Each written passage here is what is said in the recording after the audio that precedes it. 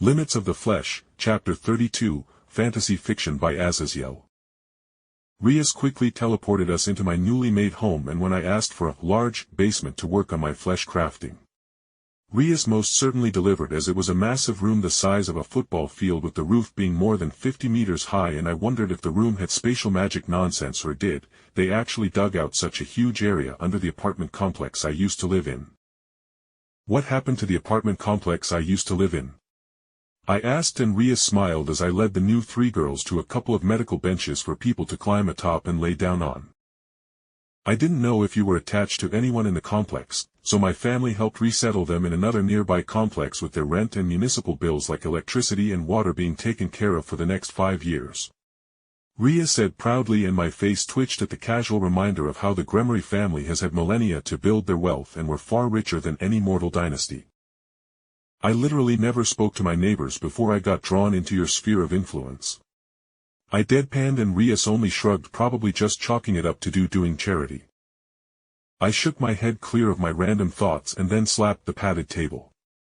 Alright, girls, hop on.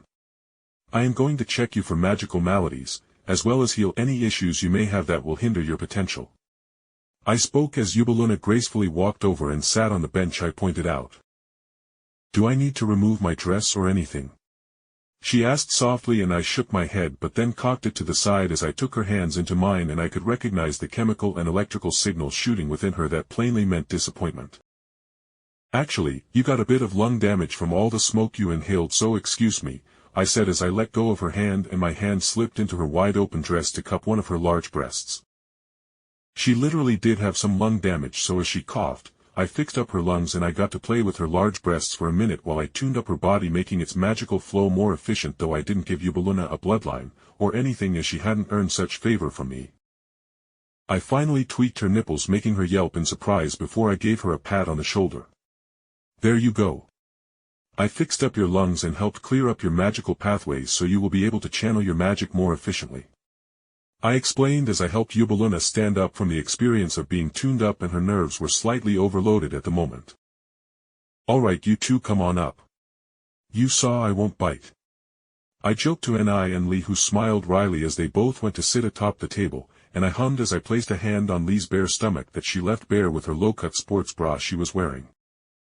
Lee, the red-headed cat girl, had fairly impressive muscular development, though her devil magic lagged behind as she was a fist fighter.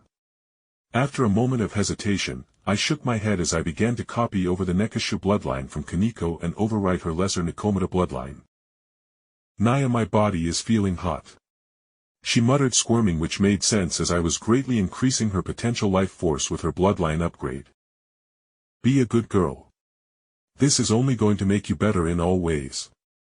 I spoke as I curbed any pain she would have made with the transformation and replaced it with a strong heat, and just generally made it pleasant for the girl. Lee, you got a second tail.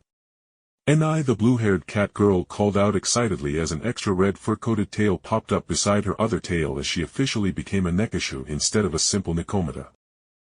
Ni, lay down. I scolded the normally more reserved blue-haired woman, and her ears went down as my pheromones had already imprinted a form of alpha scent within the animal portions of her brain.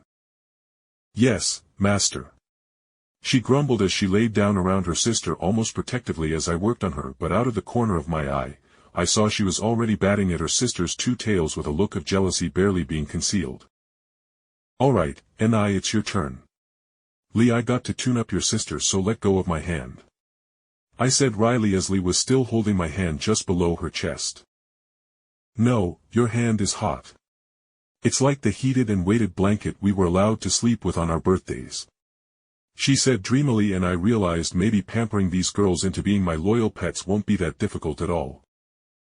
I wordlessly patted Lee on her head as I looked at Rias helplessly, and she just rolled her eyes but still smiled with some schadenfreude. Yeah. She drawled off as she obviously fell into some mental remembrance before she chuckled. Jake, Kaneko has a comfort blanket she won't let anyone touch under the pain of being thrown through some walls. So good luck getting her off you. Listening to Rias laugh at my latest limpet that wanted to hang off me, I just mentally cut off the connection I had to Lee's body as I simply placed my hand in the same place on Ni while promising to give Rias an itch on her upper back that she wouldn't be able to reach. After giving Ni the same upgrades, I then came to the conclusion that I was a fucking idiot, as now both Lee and Ni refused to let go of both of my hands, as they snuggled together on the padded bench. With my hands being held against their chest as they curled up into tight balls around one another.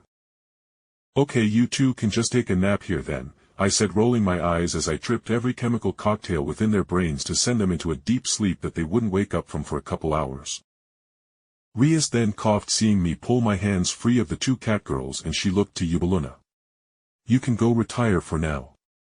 Me and your master are going to have some private leisure time in the lounge.